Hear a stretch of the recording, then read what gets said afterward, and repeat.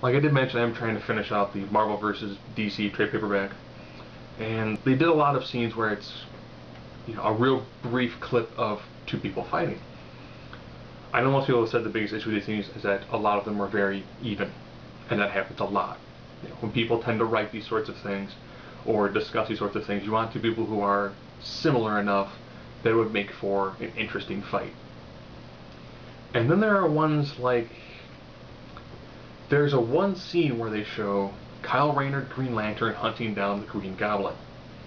I know the reference being that the Kyle Rayner character, just a regular everyday Joe kind of a nerd, becomes a superhero, does translate relatively well to what you see for Peter Parker. At the same time, Kyle Rayner has a Keanu Reeves quality to him, hence the same initials. So it makes sense to take a pseudo Peter Parker-ish sort of origin and background story and then translate that and have him fight the Green Goblin. Now, as always, I do 9 criteria: intelligence, fighting ability, strength, speed, durability, also endurance, invulnerability, how well, do you have body armor, things of that nature, energy projection, versatility, and X factor, whatever is not covered in all his previous things. So I've already mentioned, it's Kyle Rayner, Green Lantern. On the other side, it's Norman Osborn. So we'll go right off the bat, we'll go off intelligence. Norman Osborn, even in the Green Goblin persona, where he's kind of on the crazy side, is still, an intellectual almost equal to someone of Peter Parker. So he's someone who's very, very highly intelligent and a scientist, versus someone who is an artist. How would get the intelligence edge? The Green Goblin. Fighting ability. This one is kind of a toss-up because they did show that Norman Osborn does have a decent amount of fighting acumen. But on the other side you have, was Green Lantern ever fully trained by Batman? He only was in Elseworlds. So fighting ability, probably have to get that to the Green Goblin. Now we're looking at strength. Yeah, the Green Lantern can augment his strength. However, if you've got somebody who's got essentially a super soldier serum flowing through his body. Now we're looking at speed.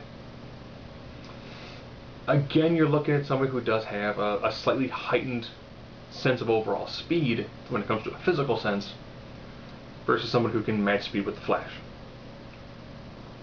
Durability. How well do you recover from injuries? In this one, they have shown the Green Goblin does have a level of regeneration that's faster than that of a human. However, as long as Kyle is not knocked unconscious, he can use his ring to help heal his wounds. He's done it in the past. He actually has, put up a force field, put his arm in a sling, and actually begun a more advanced regeneration process. So he does recover faster. Now we're looking at invulnerability. We got a guy in armor versus a guy who can make impenetrable force fields. This was almost kind of like when I did the Iron Man versus Green Lantern sort of scenario. But Iron Man spends a lot more time in his armor, where the Green Goblin aspect, the armor isn't as highly defined and as highly intense. So probably have to give the invulnerability edge to Green Lantern. Now, energy projection. Yeah, when it comes to raw energy output, it's hard to beat Green Lantern. Versatility. Yeah, you're like lots of bombs, razor bats, and things of that nature, versus somebody who is got a lot of imagination on their side. So now we're coming down to that last thing, which of course is the X factor. What has not been brought about in some of the other things. What made Green Goblin a great enemy for Peter Parker is he knows a lot about his life. He knows next to nothing about Kyle Rayner. So he's going to lose that psychological edge. Will he have lots of different tricks and tactics to throw at Kyle? Yeah.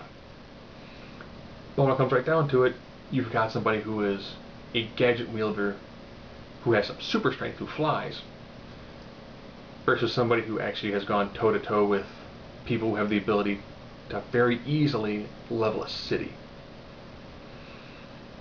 So Kyle could pretty easily be like, oh man, this guy's really tough for me to defeat. Well, I put a force on, fly him out in space. And after a while, I'm just like, and let go of the bubble, knock you unconscious, close the bubble, take you back down to Earth. So the major edge that Green Goblin have on Peter Parker, he does not have. You know, and I'm pretty sure if Kyle begins some sort of discussion with him, be like, oh, you're kind of crazy, I'm just going to knock you unconscious. So in this one, these two guys, if they were to actually have a sort of battle, Kyle is probably pretty easily going to wipe the floor with the Green Goblin.